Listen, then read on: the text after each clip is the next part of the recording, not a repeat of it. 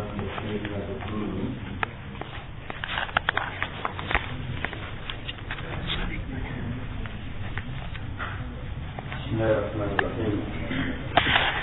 Assalamualaikum warahmatullahi wabarakatuh.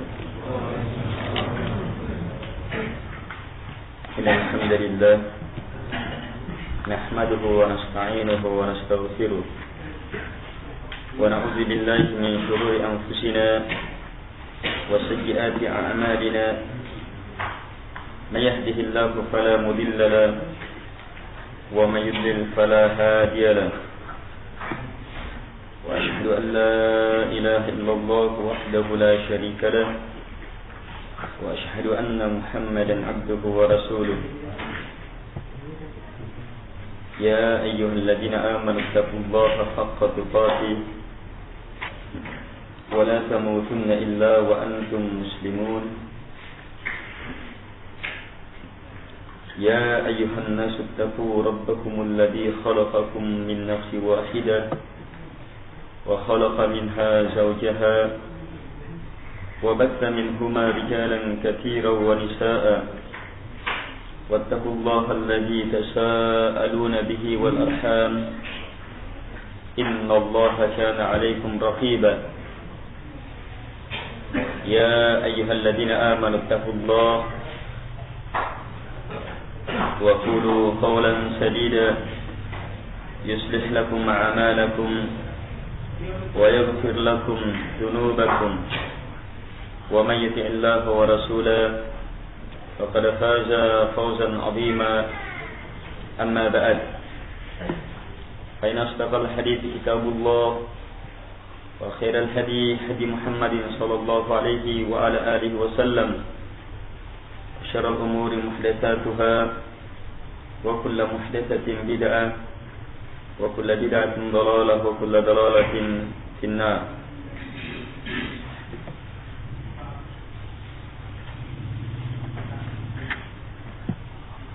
Qala Syekhul Islam Ibn Taimiyah rahimahullahu ta'ala wa qad nasahu Allah bil 'ubudiyyah fi akmali ahwali. Faqala fil Isra subhanalladzi asra bi 'abdihi layla wa qala fil Iha fa awha ila 'abdihi ma awha wa qala fid da'wah wa annahu lamma qama 'abdullahi yad'uhu kadu yakununa 'alayhi libada wa qala fit tahaddi wa in kuntum fi raibin mimma nazzalna 'ala 'abdina fa'tu bi suratin min mithlihi. Fad-din kulluhu dakhilun fil ibadah.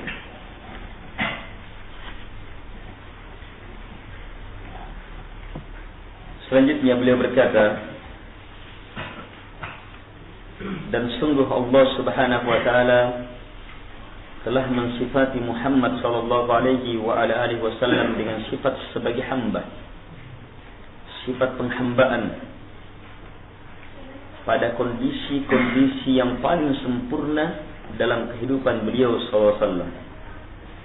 Iya, dalam kedudukan yang tertinggi dalam perjalanan hidup beliau sallallahu alaihi wasallam. Allah sifati ketika beliau sampai dalam kondisi ini, iya, sebagai hamba, orang yang tegak di atas ubudiyah, penghambaan kepada Allah Subhanahu wa taala. Beliau menyebutkan 4 kondisi, 4 keadaan. Yang pertama fil Isra, pada peristiwa Isra Mi'raj. Allah Subhanahu wa taala berfirman mengabadikan peristiwa ini, subhanalladzi asra bi 'abdihi lailan minal masjidil haram ila al masjidil aqsa. Al-ayah. Maha suci Allah yang telah asra, memperjalan malamkan, bi'abdihi, hambanya, malam, pada waktu malam, minal masjidil haram ila al masjidil aqsa, dari masjidil haram ke masjidil aqsa. Titik pendalilan di sini bahwa kondisi Isra Mi'raj adalah kondisi yang menunjukkan hebatnya dan tingginya kedudukan beliau sallallahu alaihi wasallam. Bagaimana tidak, Allah memperjalan malamkan beliau dari Masjidil Haram ke Masjidil Aqsa, naik ke atas langit, melewati langit pertama, langit kedua, langit ketiga, langit keempat, langit kelima, langit keenam, melewati langit yang ketujuh. Sampai kepada Baitul Ma'mur. Di sana terdapat Khalilullah Ibrahim alaihi salatu wassalam, dan beliau pun melewati tempat ini sampai pada tempat yang mana beliau dengar gorisan pena. Ini kondisi yang menunjukkan tingginya kedudukan beliau Muhammad sallallahu alaihi wasallam. Toh ternyata ketika Allah Subhanahu wa taala menyebutkan kondisi ini, Allah Subhanahu wa taala mengabadikan dengan satu sifat untuk beliau sallallahu, sifat sebagai hamba. Subhanalladzi asra bi'abdihi. Maha suci Allah yang telah memperjalan malamkan abdihi, hambanya. Kata abdun adalah mereka, adalah dia yang tegak di atas ubudiyah, ibadah kepada Allah Subhanahu wa taala.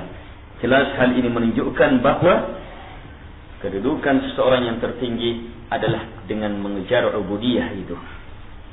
Bukan keluar dari ubudiyah sebagaimana disangka oleh sebagian orang-orang yang telah diperbodoh oleh syaitan, jin dan manusia, yang menganggap bahwa kedudukan tertinggi dalam beragama justru keluar dari ketaatan, keluar dari penghambaan kepada Allah Subhanahu wa taala. Sudah bisa tidak salat, sudah bisa minum khamr dan yang semisal itu. Kebodohan dari orang-orang yang telah diperbodoh oleh syaitan, jin dan manusia. Baik, kondisi kedua, fil iha. Kondisi pewahyuan. Kondisi pewahyuan. Kedudukan seorang hamba yang tertinggi adalah ketika dia mendapatkan wahyu yang dengannya Allah Subhanahu wa taala menjadikannya sebagai nabi dan rasul Allah Subhanahu wa taala. Nabi kita, ketika Allah abadikan pewahyuan ini, Allah menyebutkan satu sifat sebagai hamba. Fa'auha ila 'abdihi ma auha. Maka Allah pun memberikan wahyu kepada hambanya.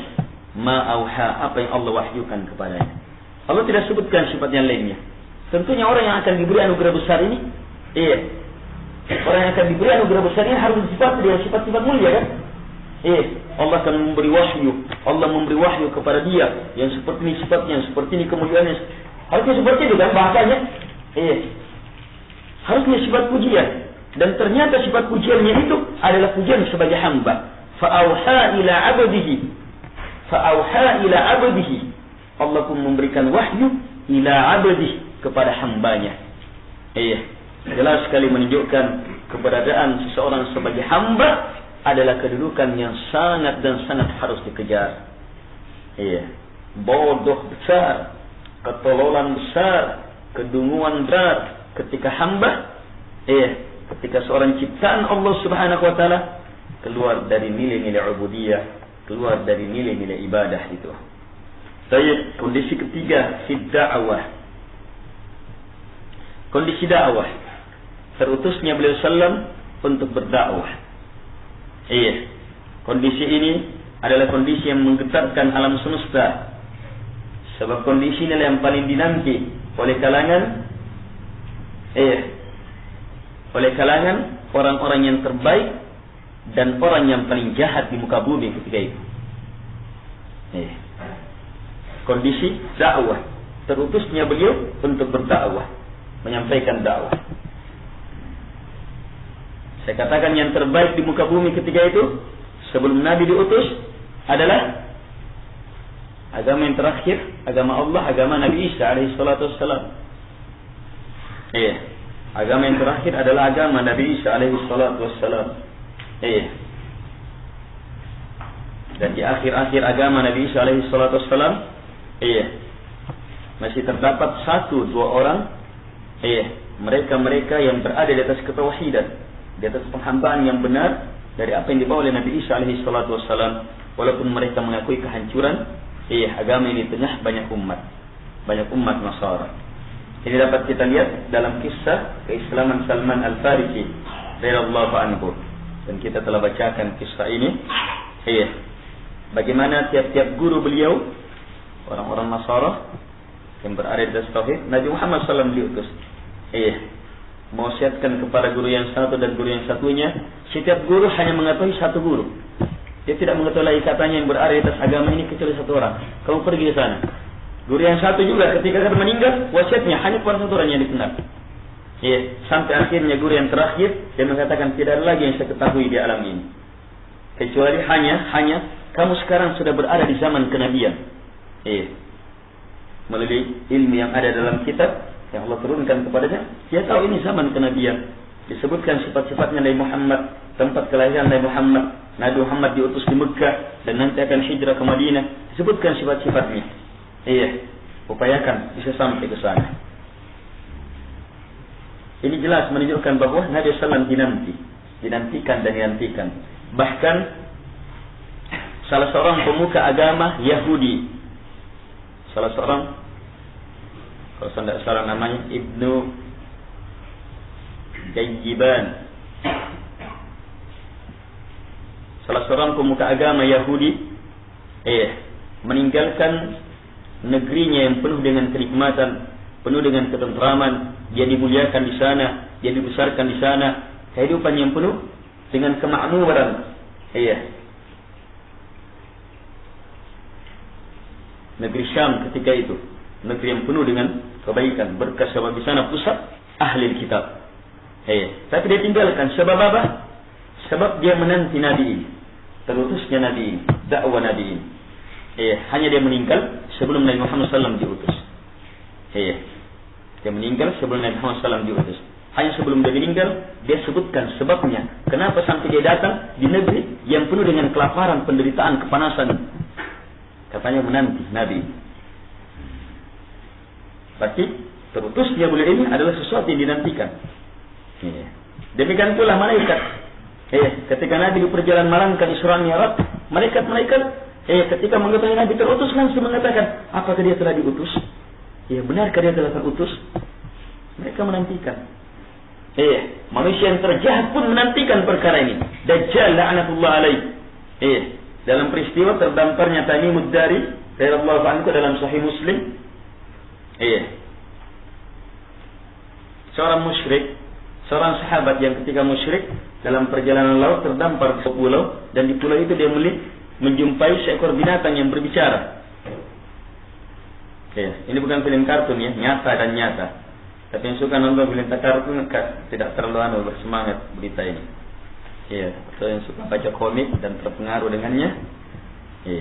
Ini nyata dan nyata. Apalagi penggemarnya Naruto. Atau Ben 10 atau Avatar, toko baru.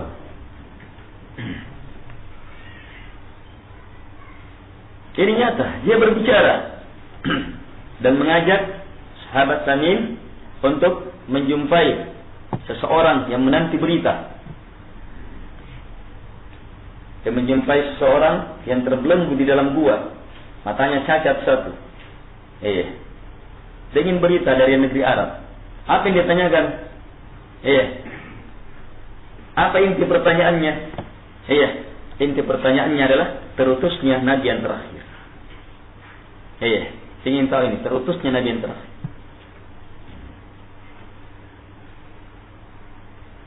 Dajjal la'natullah alaih.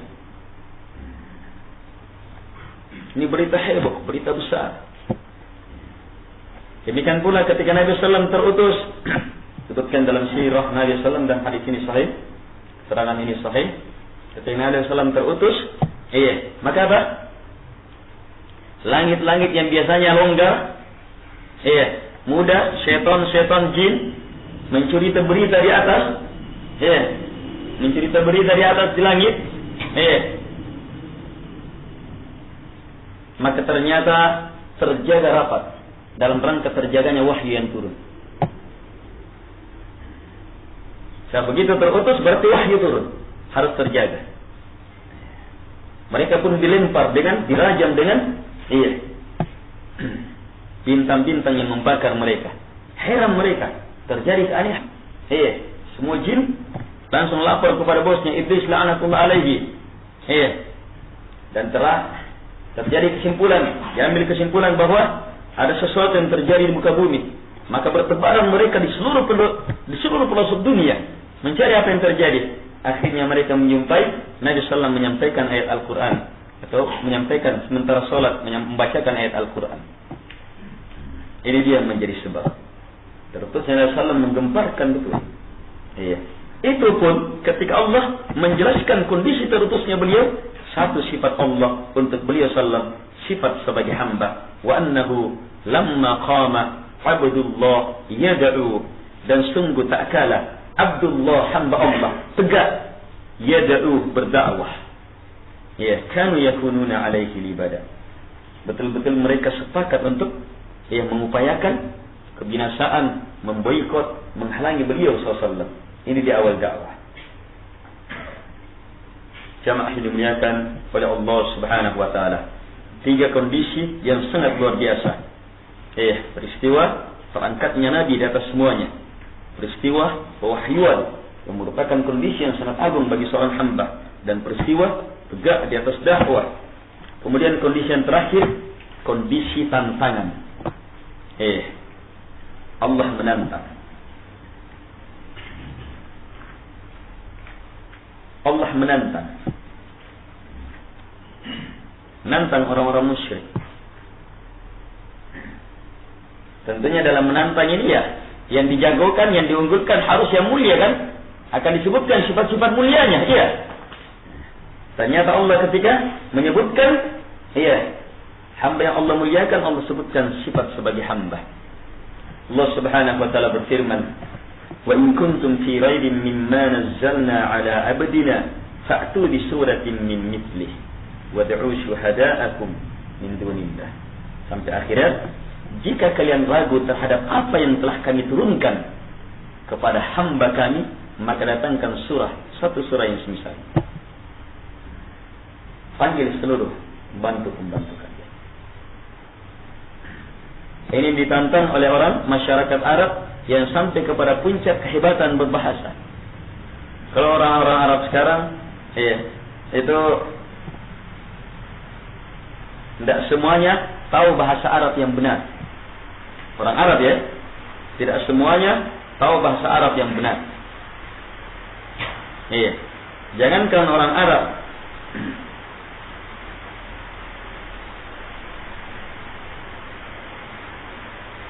penceramah di Arab tidak semuanya tahu bahasa Arab yang benar. Ini sudah ustaz ini istilahnya. Tidak semuanya. Bahkan kalau diurai lebih dalam lagi, dalam sisi kedalaman bahasa, maka orang yang sudah dianggap sebagai ulama di Arab itu tidak semuanya paham benar dalam bahasa Arab. Sebab bahasa Arab yang ada sekarang tercampur dalam penggunaan keseharian. Tetapi bukan artinya bahasa Arab itu hancur. Kaidah-kaidahnya, aturan-aturan bahasa Arab itu terjaga. Kalau mau memahami bahasa Arab bisa, terbuka jalur ke sana. Terbuka jalur ke sana. Kan itulah orang Arab sekarang perlu kamus. Orang Arab sekarang perlu kamus untuk melihat makna asal kata ini kembali kemana maknanya, di mana arah penekanannya. Beda dengan orang Arab pada zaman Nabi Sallallahu Alaihi Wasallam. Mereka tidak perlu kamus. Sebab bahasa itu memang telah mendarah daging dalam kehidupan mereka. Mereka tidak memerlukan kamus. Tapi orang Arab sekarang perlu kamus. Perlu kamus. Bahkan jangankan orang Arab, ulama pun sekarang perlu kamus. Ulama harus kembali kepada kamus. Dan ditulis oleh bahkan pengarang-pengarang kamus tidak semuanya paham benar bahasa Arab. Penyusun kamus ini masih diseleksi. Sebab di antara mereka ada penyusun belakangan. Dan ada yang menyusun bahasa dan memaknainya menyusun dalam kamus orang-orang terdahulu.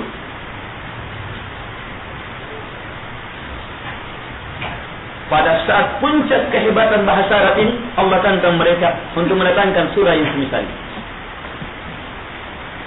Dan Al-Quran bahasa Arab yang sangat jelas. Ayat Arabi mubin, bahasa Arab yang sangat jelas. Bukan bahasa lain. Al-Quran bahasa Arab, firman Allah, tapi Allah ucapkan dengan bahasa Arab. Kedalamannya, ketepatan bahasanya, sunannya luar biasa, luar biasa.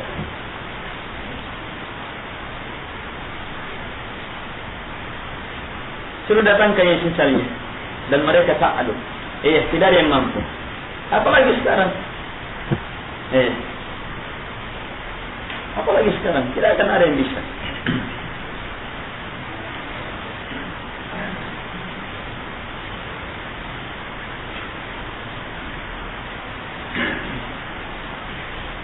Jamaah yang dimuliakan oleh Allah Subhanahu wa taala. Hanya hati-hati ya, khusus terhadap kehebatan bahasa Al-Quran, hati-hati ya. Dan ini termasuk ilmu penting. Di Indonesia ilmu ini belum banyak beredar. Saya beritahu ilmu ini ya, di Indonesia belum banyak beredar. Bahkan di majelis-majelis taklim ahli sunnah wal jamaah belum banyak beredar ilmu ini. Hati-hati terhadap orang yang melihat keajiban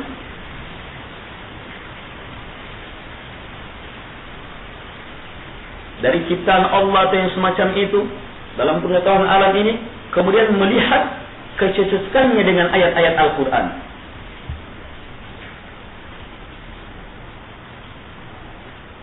Melihat kecocokannya dengan ayat-ayat Al-Quran, sehingga dengannya apa?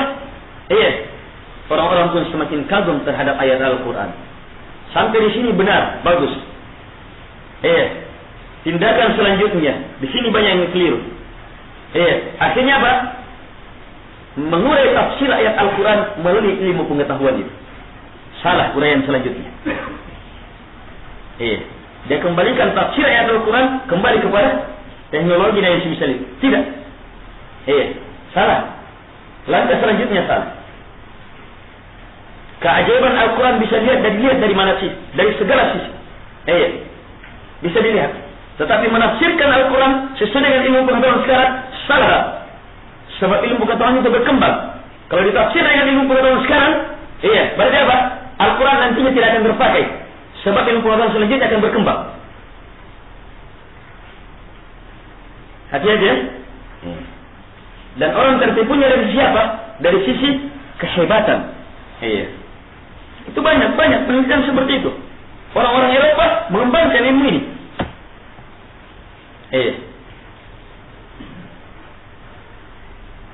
Melihat sebagian ulama, sebagian orang-orang yang bergelut dalam tafsir itu juga melihat, mengungkap i'jaz, kemu'jizatan Al-Quran dari sisi ini. Hanya pengembangan selanjutnya menafsirkan Al-Quran melalui cara seperti ini salah. Tafsir Al-Quran sangat jelas. Quran dengan Quran, Quran dengan hadits Nabi, Quran dengan orang yang paling diakui ilmunya oleh Allah dan Rasulnya, yaitu para sahabat. Kemudian murid-muridnya sahabat. Jelas tidak ada penafsiran lewati perkara ini. Adapun kalau seseorang melihat kekaguman, keajaiban, kedahsyatan, yang berhubungan dengan Al-Quran, baguslah. Sebab itu bahagian dari kemuliaan Al-Quran. Tetapi menafsirkannya, mengembangkan Al-Quran melalui itu salah jemaah. Sehingga akhirnya menafsirkan ayat ini maksudnya adalah ini. Karena begini. Akhirnya dia hubung-hubungkan itu. Penafsiran ini, pengembangan penafsiran ini, itu yang banyak beredar itu. Yang 19 September ya? 19 September ya, waktu rontoknya gedung apa itu? Di Amerika. Itu dihubungkan tanggal 19-nya dengan pokoknya dihubungkan dengan nomor surah ini, ayat ini, dan ketemu ternyata ayatnya berhubungan dengan kehancuran. Ayatnya tepat berhubungan dengan kehancuran. Ini penafsiran batin cara seperti ini. Penafsiran batin dengan cara seperti ini. Baik, jamaah yang dimuliakan oleh Allah Subhanahu wa taala. Lihat Allah menantang. Jika kalian ragu terhadap apa yang kami turunkan kepada hamba kami, maka datangkan surah yang semisalnya. Datangkan surah yang semisalnya.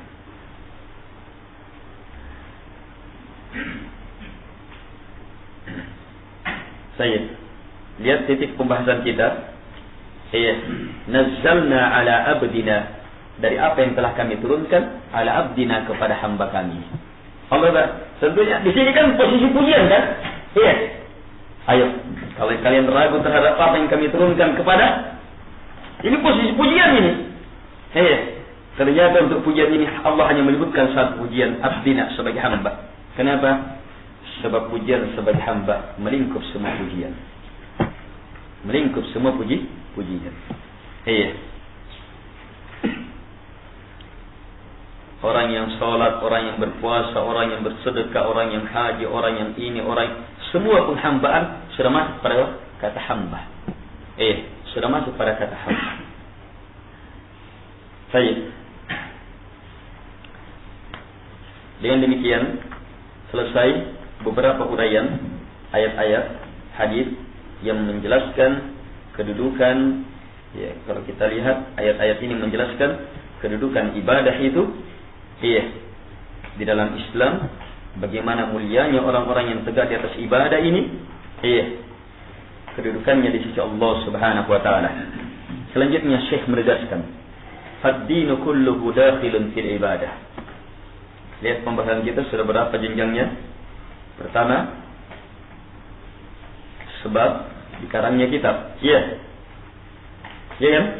Kemudian selanjutnya masuk ke dalam uraian pertama, definisi ibadah. Kemudian masuk ke dalam bentuk-bentuk ibadah, lahiriah dan batiniyah. Kemudian selanjutnya ayat-ayat yang menjelaskan bagaimana kedudukan ibadah itu. Mulai dari wa ma khalaqtul jinna wal insa illa liya'budun. Saya tidak menciptakan jin dan manusia kecuali agar supaya mereka beribadah. Kemudian bagaimana tujuan dakwah semua nabi dan rasul Allah Subhanahu wa taala. Demikian seterusnya sampai pada pembahasan tadi, kondisi-kondisi tertinggi, terhebat yang dialami oleh Nabi sallallahu, ternyata Allah Subhanahu wa taala mensifati Nabi sallallahu dalam kondisi itu sebagai hamba. Kemudian kita masuk fad-dinu kulluhu dakhilun fil ibadah. Jadi agama itu seluruhnya masuk pada kata ibadah. Ini sudah menjawab beberapa pertanyaan yang melandasi di karangnya kitab ini. Sudah masuk jawaban lagi nih. Saya ingatkan pertanyaan-pertanyaannya.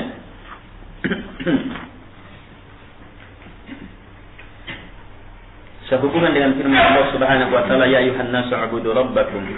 Wahai sekalian manusia, sembah Rabb kalian. Mal ibadah, apa itu ibadah? Wa ma furu'uha, apa cabang-cabangnya? Apakah agama ini seluruhnya masuk ke dalam ibadah atau tidak? Apa itu hakikat ibadah? Apa jenjang yang tertinggi? Apakah ibadah ini merupakan jenjang yang tertinggi di dunia dan di akhirat? Atau adakah jenjang di atas lain, jenjang lagi di atasnya dari jenjang ibadah ini? Kita sudah mempunyai berapa jawaban dari pertanyaan ini. Sekarang lihat, fad-dinu kulluhu dakhilun fil ibadah. Agama seluruhnya masuk pada kata ibadah.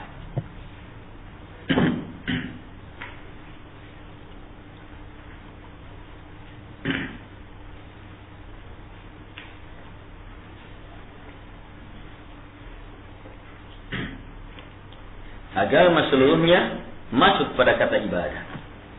Jadi selama orang beragama, dia beribadah.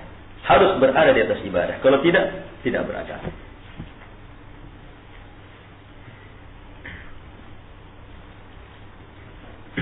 Lihat, dia menyebutkan dalilnya, wa qad thabata fi sahih anna Jibril lamma jaa ila Nabi sallallahu alaihi wasallam fi surati A'radi wa sa'alahu 'anil Islam, qala an tashhada an la ilaha illallah wa anna Muhammadar Rasulullah wa tuqima as-salah wa tu'ti az-zakah wa tasuma Ramadan wa tahajja al-bait in istata'ta ilayhi sabila. Qala faman iman? Qala an tu'mina billahi wa malaikatihi wa kutubihi wa rusulihi wal ba'thi ba'da al-maut وتؤمن بالقدر خيره وشره. قال فما الإحسان؟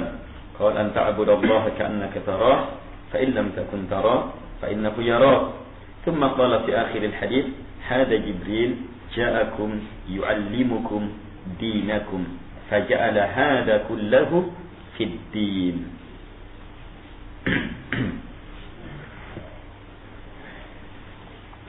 Telah sabit dalam hadis yang sahih. Iya, ini banyak hadis tentang ini. Ada dalam Sahih Bukhari, ada dalam Sahih Muslim, dan dari beberapa sahabat. Ini pula, iya, diriwayatkan oleh imam-imam yang lainnya. Kesimpulannya bahwa Jibril tak kalah datang kepada Nabi SAW dalam bentuk seorang Arab pedalaman. Iya, penampilan Jibril ketika itu dengan pakaian yang sangat putih, rambut yang sangat hitam, bersih, dan tidak ada tanda-tanda orang yang melakukan perjalanan. Orang dengan penampilan yang sangat menarik ini, bersih, putih, rapi, tiba-tiba hadir.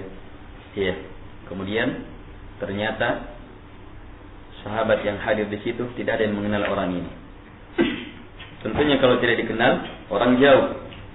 Tapi kalau orang jauh harus ada bekas-bekas, ada tanda perjalanan. Misalnya dari raut mukanya capek, ada keringatnya, atau ada bekas-bekas debu. Ini tidak ada sama sekali. Jibril datang berbentuk dengan bentuk manusia. Bertanya kepada Nabi SAW, akhbirni anil Islam, kabarkan kepadaku tentang Islam. Maka Nabi pun menjawab dengan rukun Islam yang 5. Kamu bersyahadat bahwa tak ada yang berhak disembah kecuali hanyalah Allah, dan bahwa Muhammad adalah hamba Allah dan Rasulnya, dan kamu tegakkan sholat, tunaikan zakat, berpuasa pada bulan Ramadan, haji ke rumah Allah jika kamu mampu jalan ke sana. Kemudian kabarkan kepadaku tentang iman. Jibril benarkan. Kemudian tentang iman Nabi menjawab dengan rukun iman yang 6. Kamu beriman kepada Allah, para malaikat, kitab-kitabnya, rasul-rasulnya, hari kebangkitan setelah kematian, dan kamu beriman terhadap takdir baik dan buruk. Kemudian menyusul pertanyaan muncah. Apa itu ihsan? Nabi jawab, an ta'budallah ka'annaka tarah. Kamu beribadah kepada Allah seolah-olah kamu melihatnya. Fa in lam takun tarah fa innahu yarak. Jika tidak, maka yakin dia Allah Subhanahu wa taala melihat kamu. Lihat, semua yang dijelaskan ini mulai dari Islam, iman, ihsan, ini semuanya kan ibadah. Ya tidak?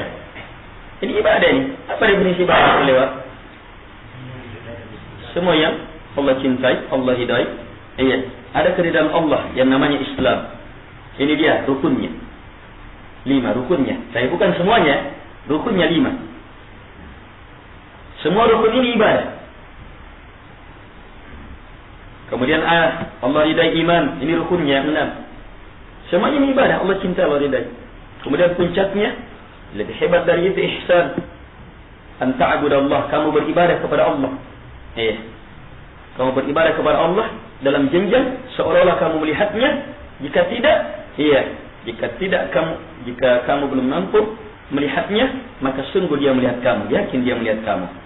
Lihat dikatakan an ta'budallah, kamu beribadah kepada Allah. Berarti sebelumnya semuanya adalah ibadah. Hanya jenjang ini jenjang tertinggi dalam ibadah. Jenjang Islam itu ibadah, jenjang iman itu ibadah, jenjang ihsan adalah ibadah dalam kondisi kamu seolah-olah melihat Allah. Jika tidak, maka kamu harus yakin dia melihat kamu. Berarti semuanya adalah ibadah. Lihat di akhir hadis Nabi katakan, tadi itu Jibril datang kepada kalian mengajarkan dinakum. Nabi katakan dinakum, agama kalian. Di sini Nabi menjadikan semua tadi adalah agama, sementara semua tadi adalah ibadah. Kalau begitu, agama seluruhnya masuk dalam kata ibadah. Jelas ini? Ini ilmu penting. Kalau kita punya ilmu ini,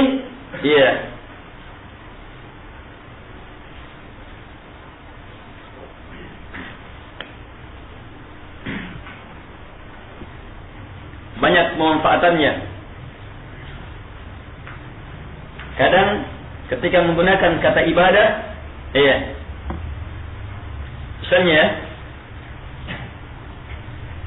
Misalnya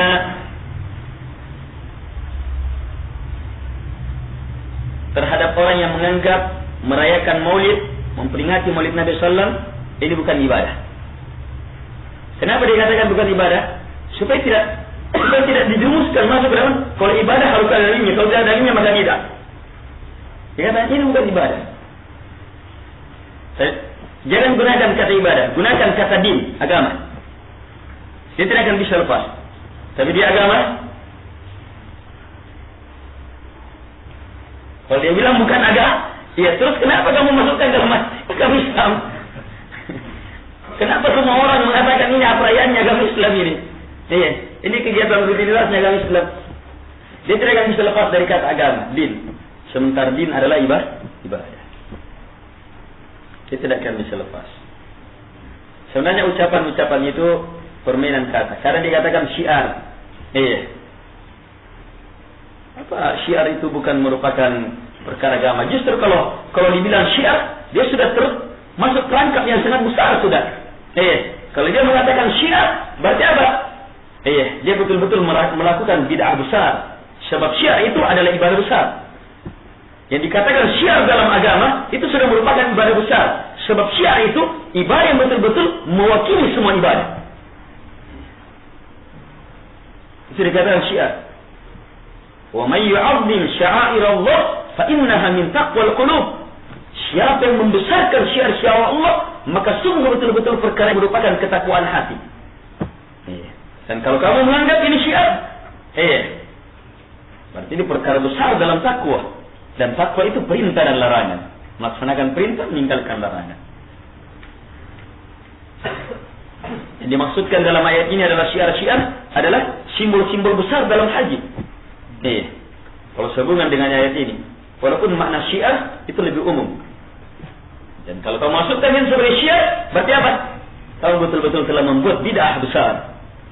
Saya membuat ibadah besar yang merupakan penampakan agama.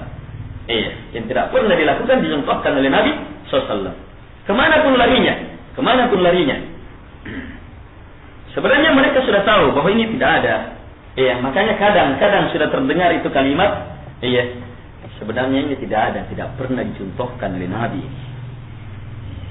Tidak pernah dituntun oleh Nabi, tidak pernah dicontohkan. Kamu cari hadis, mana hadis itu tidak pernah ada dalam sejarah Nabi SAW. Ini sebenarnya ilmu yang bagus sudah. Tetapi kalau orang yang menipu dirinya akan mencari-cari alasan supaya lari dari perkara yang sudah memojokkannya. Sudah dibuka celah sebenarnya. Allah sudah membuka ilmu agar supaya menyadari bahwa itu kesalahan. Tetapi ketika jamaah dua perkara menguasai seseorang, maka dia tetap akan maju, yaitu mengikuti syahwat dan mengikuti syubhat. Seseorang akan terus maju, mencari dan mencari jalan. Makanya setelah ucapan itu ada tapinya. Sebenarnya tidak ada petunjuknya dari Nabi ini. Sebenarnya tapi situ. Tapinya inilah yang menyebabkan terus terlaksana. Tapinya ini. Pendorong adanya lanjutan tapi ini dah lepas dari dua. Bahkan semua kesesatan di alam ini sudah lepas dari dua ini. Dua ini pangkalnya. Iyattabi'una illa dhann wa ma tahwal anfus. Wa laqad ja'ahum min rabbihimul huda. Mereka tidak mengikuti kecuali hanyalah dhann, sangkaan.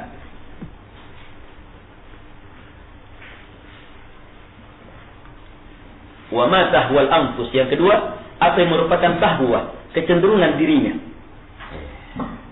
Apa yang merupakan kecenderungan dirinya. Ini dua. Semua kesesatan dah lepas dari dua ini. Dan dua ini tidak akan lepas dari kesesatan. Hanya kadang mendominasi. Kadang mendominasi dhann.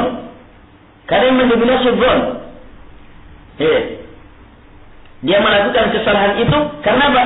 Karena ada sangkaan salah. Ini kadang dikenal dengan kata syubhat. Dia punya pikiran salah dalam agama, akhirnya bahkan dia menciptakan pikiran itu. Dia berusaha memperbaikinya. Ini sebenarnya masa tidak bisa ini. Ini kan dia berusaha mendalilinya. Yang semua dalilnya adalah sangkaan. Dia berusaha menguatkannya dengan argumentasi yang semuanya adalah dhon. In yattabi'una illa dhon. Mereka tidak mengikuti kecuali hanya dhon. Ini penyakit. Wa ma tahwal anfus, dan apa yang merupakan hawa nafsu. Hanya dalam perkara bid'ah banyak-banyak yang pertama. Tapi dalam perkara syahwat, minuman, wanita, kekuasaan, banyak-banyak yang kedua. Banyak-banyak yang kedua. Tetapi dua ini tidak bisa lepas. Pasti ada kedua-duanya. Hanya kadang salah satu dari kedua ini lebih dominan. Misalnya apa? Pengikutan syahwat lebih dominan. Tetapi ada pengikutan dhon. Tidak boleh tidak. Atau ada pengikutan dhon dominan. Tetapi ada pengikutan syahwat di dalamnya. Ada pengikutan syahwat di dalamnya. Misalnya, untuk sebagian orang, pelaksanaan maulid dan yang semisal itu dengan acara begini, membaca ini, itu apa? Banyak-banyak melakukannya karena dhon, sangkaan. Itu tadi antara sangkaannya tadi, syiar karena ini karena ini. Itu dhon, sangkaan semuanya untuk membenarkan saja. Dia tidak yakin akan dalilnya. Sangkaan. Tapi tidak lepas dari adanya tahwal anfus, kecenderungan. Sebab apa? Amplopnya. Kalau untuk orang kampung-kampung apa? Yang paling besar untuk tuan gurunya. Untuk ini, itu ada kecenderungan. Gimana? Jadi tidak akan makan ayam, tidak akan ini. Tidak ada lagi acara ini, Ada juga misalnya. Demikian pula dalam perkara syahwat. Minum misalnya, orang minum. Itu kan syahwat kan banyak syahwat. Bukan jarang dalilnya itu, kurang dalilnya. Dorongannya adalah syahwat. Saya tidak bisa tahan ini. Saya tidak bisa tahan ini. Tapi tetap ada dhonnya juga. Tetap ada, tidak bisa lepas itu. Pasti ada. Pasti ada. Apa misalnya? Saya tidak dapat kerja kalau tidak minum. Saya tidak bisa. Ada, pokoknya ada saja dulunya. Yang jelas tidak bisa lepas. Hanya kalau dhon atau syubhat itu yang dominan. Kalau ini menguasai, maka apa? Orang, dia tidak akan menyadari dirinya bersalah. Beda kalau pengikutan syahwat. Dia tahu dirinya salah itu. Peminum itu tahu dirinya salah. Tetapi dia tidak bisa lepas. Orang pecandu narkoba tahu dirinya salah, tapi dia tidak bisa lepas. Tahu dirinya salah. Tahu. Tapi kalau yang mengikuti dhon, itu tidak. Dia tidak akan merasa salah. Dia akan merasa benar.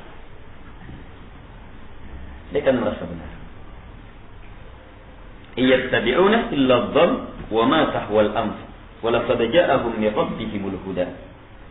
Ini ilmu penting dalam melihat semua kondisi kesalahan. Kesalahan apapun yang terjadi tidak lepas dari dua ini. Wa laqad ja'ahum min rabbihimul huda. Padahal telah datang dari Tuhan mereka al-huda, petunjuk. Ini penghancur keduanya ini. Penghancur keduanya adalah dengan mengikuti ini. Mengikuti petunjuk dari Allah Subhanahu wa taala. Dia akan menggugurkan sangkaan-sangkaan jahat, pikiran-pikiran kotor. Sebab Al-Quran, petunjuk dari Allah adalah ilmu cahaya yang tiada tandingannya. Dan menerangi kegelapan bagaimanapun gelapnya bagi orang yang mau menerimanya. Demikian pula kekuatan dorongan syahwat itu akan diredam. Kalau memang betul-betul mengikuti petunjuk dari Allah Subhanahu wa taala, itu tidak ada tandingannya. Tetapi kalau sudah terjerembab, maka apa? Kalau sudah mengikuti, dia akan berangan-angan. Orang-orang yang terkena dua penyakit ini, yattabi'una illa dhon wa ma tahwal anfus, maka dia apa? diiming-iming dengan angan-angan. Terus. Diiming dengan angan-angan, kita akan dapat yang gini.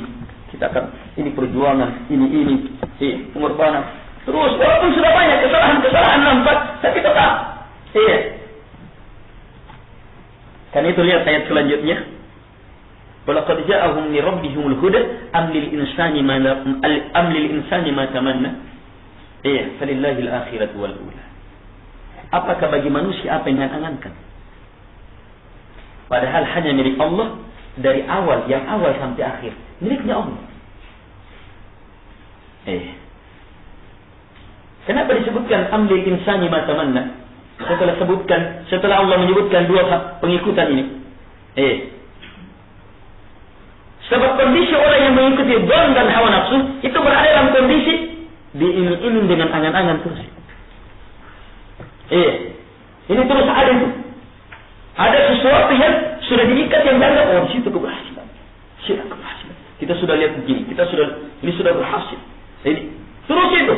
Angan-angan ini terus yang menjadi dikejar, yang merupakan bayangan semua. Ini terus yang dikejar. Tidak akan mungkin kalau mengikuti dhan dan tahwal ams. Apa yang diinginkan hanya akan terwujud ketika dibuktikan dengan mengikuti petunjuk dari Allah Subhanahu wa taala. Sebab yang memiliki yang pertama sampai yang terakhir hanyalah Allah Subhanahu wa taala. Jamaah yang dimuliakan oleh Allah Subhanahu wa taala. Jadi dengan demikian kita masuk ke dalam kaidah besar, ad-dinu kulluhu dakhilun fil ibadah. Ini yang penting. Din seluruhnya, yang namanya agama Islam ini dari awal sampai akhir adalah ibadah. Adalah ibadah. Tidak ada yang bisa lepas dari ibadah. Karena itu semakin beragama seseorang, berarti apa? Semakin benar ibadahnya. Kalau kita yakini ini dengan dalil yang sangat jelas ini, maka apa? Mudah bagi kita untuk melihat kebodohan, ketelolan orang-orang yang menganggap agamanya telah hebat sampai ke dalam jenjang kesempurnaan agama dengan cara apa? Keluar dari ibadah.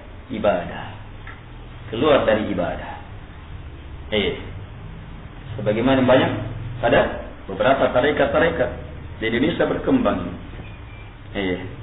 Apalagi ketemu dengan masyarakat awam yang memang malas sholat, tinggal mencari kesimpulan. Cari intinya saja. Yang penting kita hakikatnya saja. Dan memang ada penjual hakikat. Ada yang menjual hakikat. Yang penting ada sekian persen setiap tahun. Misalnya, kamu dapat hakikat.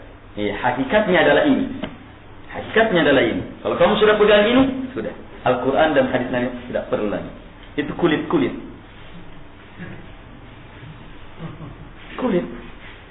Jamaah yang dimuliakan oleh Allah Subhanahu wa taala.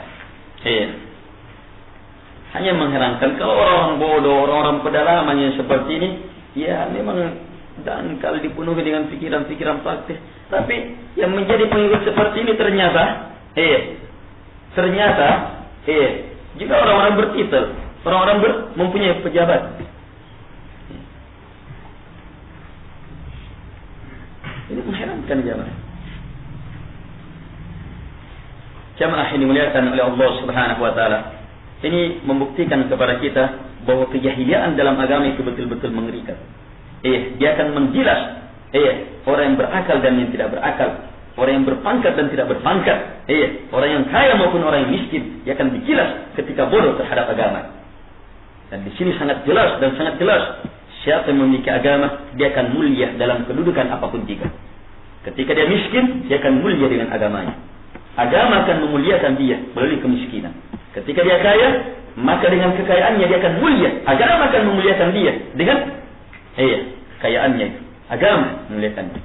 Ketika dia orang bawahan, agama akan memuliakan dia dengan kerendahannya.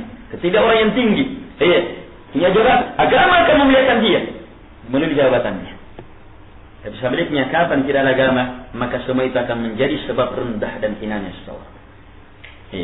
Sementara agama seluruhnya adalah ibadah. Pantas dan sangat pantas ibadah itu menjadi maksud kita dicipta.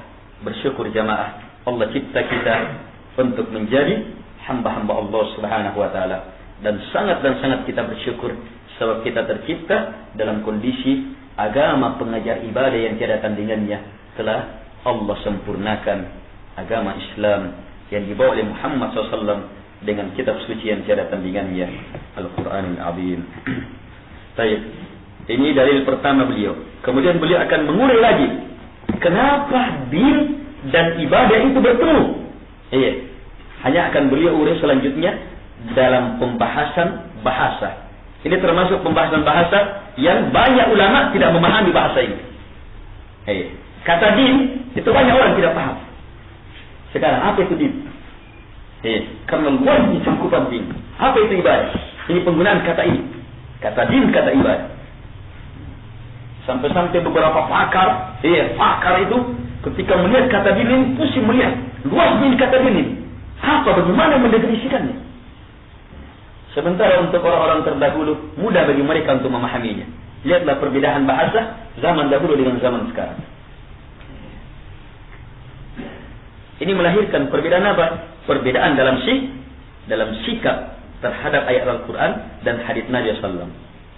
Pahami betul ini. Ini kata kunci untuk melihat kehebatan orang terdahulu, para sahabat, jika dibandingkan dengan orang-orang sekarang.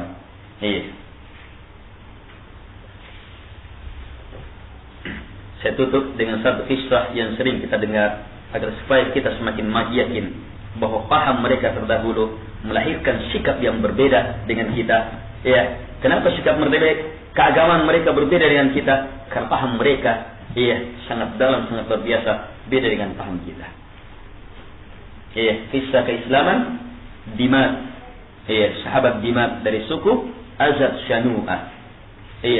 Dia adalah seorang sahabat seorang sahabat sebelum masuk ke dalam Islam. Ketika masih musyrik, dia mempunyai keahlian yurqi minar riyah, meruqyah. Ini orang musyrik tapi bisa meruqyah, membaca bacaan. Dengan bacaannya itu penyakit-penyakit karena kena angin, guna-guna dan semisal itu sirna dengan bacaannya. Ini namanya meruqyah. Dia punya keahlian itu. Ketika sampai di Mekah, dia mendengar orang-orang bodoh Mekah mengatakan inna Muhammadan majnun. Muhammad itu orang gila. Dia tertarik dengan kalimat ini sebab kata gila ini berhubungan dengan keahlian dia. Yang di situ darahnya. Mana dia? Yang dia bertanya, ainahu? La'allallah ayyashfiyahu ala yadayya. Mana dia? Semoga Allah menyembuhkannya melalui kedua tanganku. Semoga Allah menyembuhkannya melalui kedua tanganku. Perhatikan ucapan ini ucapannya. Semoga Allah menyembuhkannya melalui kedua tanganku. Kemudian setelah itu berjumpa dengan Nabi SAW. Diceritakan kemampuannya dan mengatakan bahwa banyak yang Allah sembuhkan. Allah sembuhkan. Sembuh dengan izin Allah melalui kedua tanganku. Dia ungkapin. Dia bilang ini kepada Nabi. Fahalumma, maka mari kemari. Sebelum kita lanjutkan, perhatikan di sini. Ini terdapat pelajaran penting. Tidak semua orang yang meruqyah itu orang benar. Tidak semua orang yang meruqyah kemudian baik pengaruh ruqyahnya itu orang benar. Sebagaimana ini kan? Sebagaimana ini? Hebat meruqyah, sembuh dengan izin Allah. Tetapi dia orang musyrik. Paham? Ilmu penting.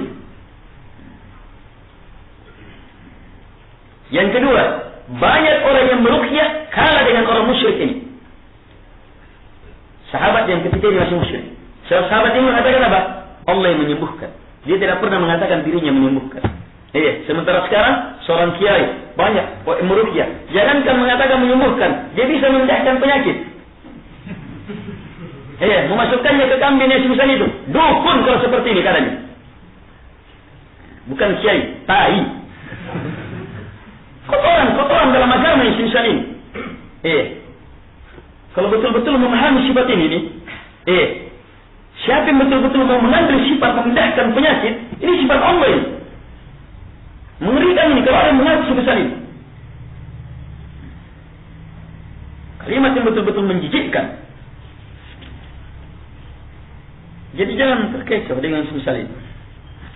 Lihat lebih jauh lagi. Setelah mereka katakan mari kemari, apa katanya? Apa kata Nabi sallallahu? Nabi membaca innal hamdalillah nahmaduhu wa na'udzu billahi min shururi anfusina wa sayyiati a'malina may yahdihillahu fala mudilla lahu wa may yudlil fala hadiya lahu asyhadu an la ilaha illallah wahdahu la syarika lahu. Sampai sini Nabi. Bahagian dari khutbatul hajah. Nabi baca ini bahagian dari khutbatul hajah. Bukan ayat Al-Quran, tetapi apa pengaruhnya? Lihat bagaimana orang ketika itu dalam memahami kalimat. Dalam memahami kalimat. Bagaimana ucapan Nabi SAW bisa menembus, bisa menembus dan membongkar pikiran ini. Langsung dia katakan apa? Saya telah mendengar ucapan para dukun. Saya telah mendengar ucapan para tukang sihir. Saya telah mendengar ucapan para penyair. Tidak ada yang semisal dengan ini.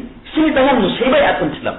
Dalam riwayat yang lainnya, dia mengatakan, "A'id alayya kalimatik haula, fa innaha qad balagna qamus al-bahr." Ulangi kepadaku kalimat-kalimat itu. Sungguh kalimat itu telah menjangkau lautan yang paling dalam.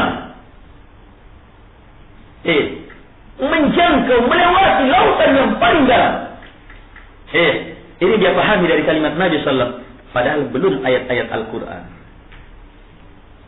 Padahal belum ayat-ayat Al-Quran. Sehingga apa? Langsung berubah pikirannya. Pikiran apa yang pertama berubah? Menganggap Nabi orang yang berpenyakit. Ini kan yang dulu pertama berubah kan? Dan berubah posisinya. Ingin meruqyah Nabi. Langsung berubah posisinya. Kemudian menembus lagi. Pikiran yang bertahun-tahun yang terbina. Berada di kesyirikan. Gugur seluruhnya. Dengan mendengar kalimat ini. Berubah dengan apa? Berubah dengan kemuliaan Islam. Dia pun bersyahadat. Lihat jamaah, bagaimana sikapnya seseorang ketika memahami itu kalimat.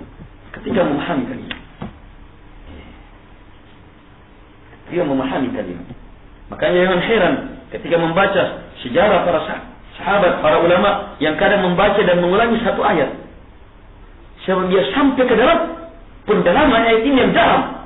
Dia tidak mau melepaskan kenikmatan dalam mendalami ayat itu. Ini yang kita kurang di sini jamaah, yang melahirkan sikap yang berbeda.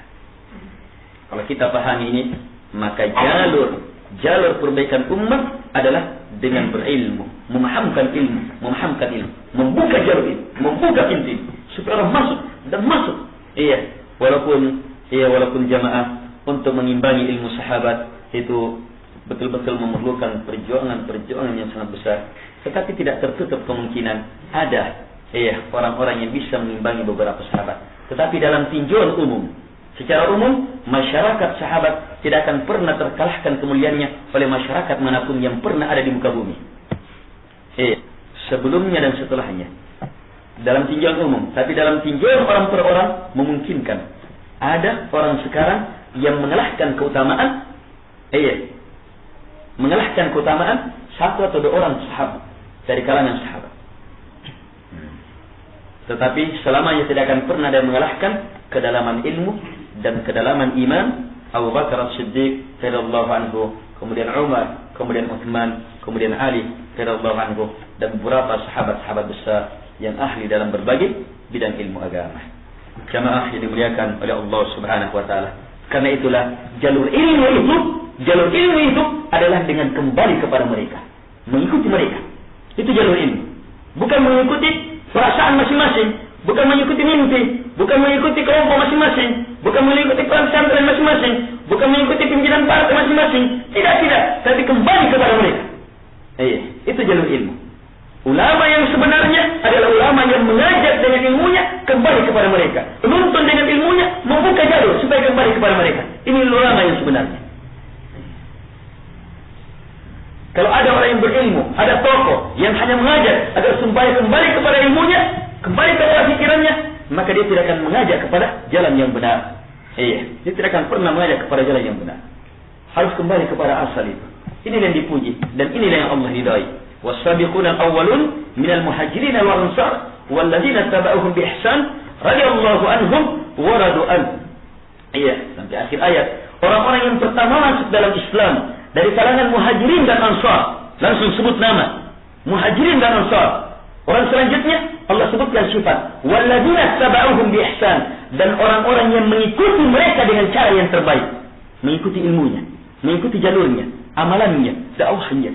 Maka apa? Radhiyallahu anhum wa radu'an. Allah ridha kepada mereka. Iya, mereka pun ridha kepada Allah Subhanahu wa taala. Disitulah ridha Allah Subhanahu wa taala ketika orang berada di jalur ini. Jadi jalurnya ilmu, ilmunya kembali kepada apa yang mereka sampaikan. Semoga hal ini ada manfaatnya dan kurang.